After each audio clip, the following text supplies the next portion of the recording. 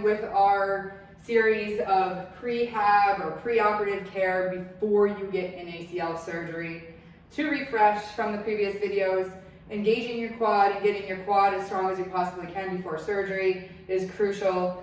And the second point we're going to talk about today is improving your knee extension range of motion, or the ability to get it straight the best you possibly can before your surgical day. So the earlier you get that extension back, the earlier you're going to get it back after surgery, and that really is a cornerstone in the recovery from ACL surgery. So we're going to go through knee extension today, some simple ways, some harder ways to kind of promote getting your knee straight, and then we'll recap from there. The other thing is, a lot of the knee extension activities kind of couple with the quad exercises.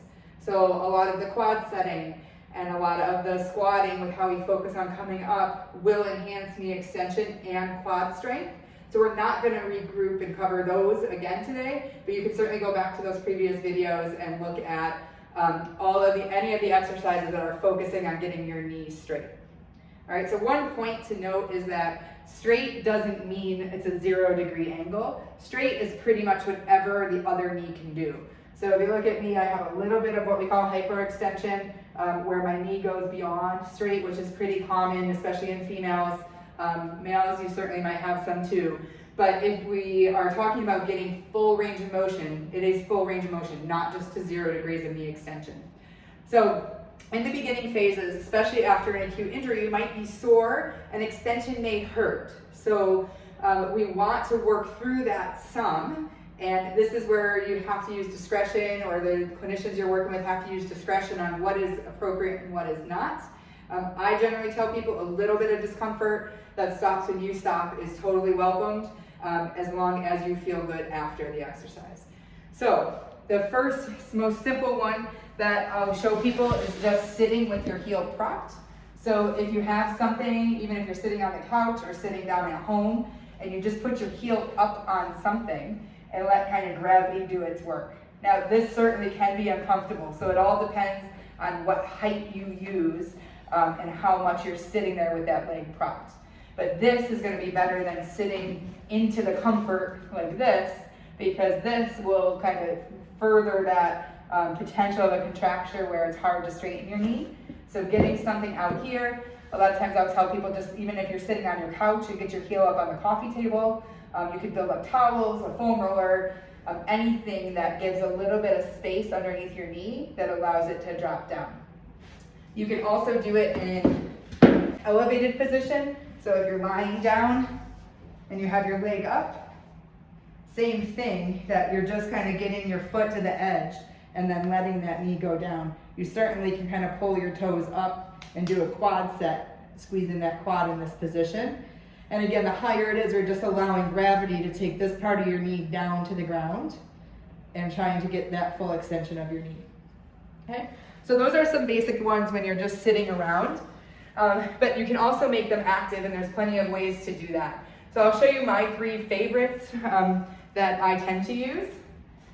One is simply doing a heel raise or a calf raise and going beyond a step. So you don't think about it, but if you're doing a typical heel raise and you're going beyond the step, your knee straightens out when you get down there.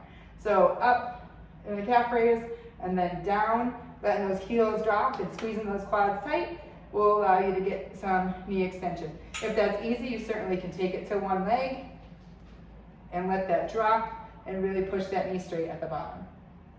Another is still kind of in the calf world.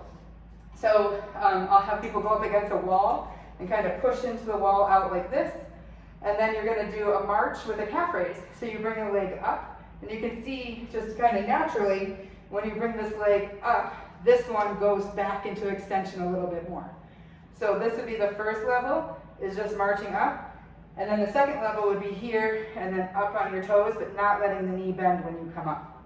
So you're here, you march up, and you go up on your toes if you can, or you can certainly stay at that, just the march position. Okay. And then one other one I like to use that a lot of people don't think about for knee extension is a kettlebell swing, if you know swings.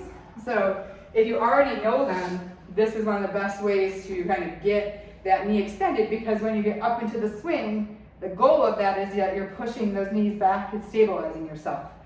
So if you're not sure how to do kettlebell swings and you're feeling well before surgery, it's not a bad time to learn them, and then learn how to stabilize your body before you go into surgery. So if you're here and when you do your swing and you come up, when you're doing it well, you'll notice your hips come through and your knees extend. So if you're feeling good, this is a great movement to do to help to get that knee extended and start to push it back into function in your regular day. So that's certainly a higher level one. A kettlebell swing is something that takes a little time to learn and a little coaching to learn, so don't just jump right into that if you have no idea how to do it. But the other ones are certainly ways that you can promote getting your knees straight before you go into surgery. And again, just like with some of the quad activities, if you're aware of these exercises pre-surgery, your ability to do them after surgery will be better because you'll understand the move and the feelings we're looking for. So when you're here, remember knee extension is crucial in the recovery after ACL surgery. The more you get the knee straight, if you can fully achieve range of motion before you get into surgery, your outcomes can and should be better. So working the quad, working the knee extension, and then the last couple things we covered in the very first video was improving swelling and improving your walking. I do find the more your quads work and the more your knee gets extended, your walking does just come along. Sometimes we have to have a little attention on it, but a lot of times it will just be taken care of by kind of getting those basic movements down. So that's it for our pre-surgery ACL series. There's certainly other things you can work on. And remember, the biggest thing is get your quad, get extended, get walking normal, get your swelling down, and really truly get back to as much of your life as possible, including exercise and working out. You don't want to lose your fitness if you can help it. You don't want to lose strength if you can help it. Don't be fearful of really hurting things more unless you've been specifically told that by your physician. If you follow yourself and find what you can do, that's hard but you can do it, doesn't increase pain, doesn't increase swelling, then do it and keep moving. The stronger and more fit you are going into a surgery, the better you're going to come out of it. So thanks for watching the ACL series. If you have comments or questions, feel free to drop them below. We will continue this series on into the first phases after surgery, the intermediate phases and the late phases, to start to give you some information on how we can, how we progress kind of through that rehab process. But first and foremost, get yourself as fit as possible before surgery. Thanks, everyone.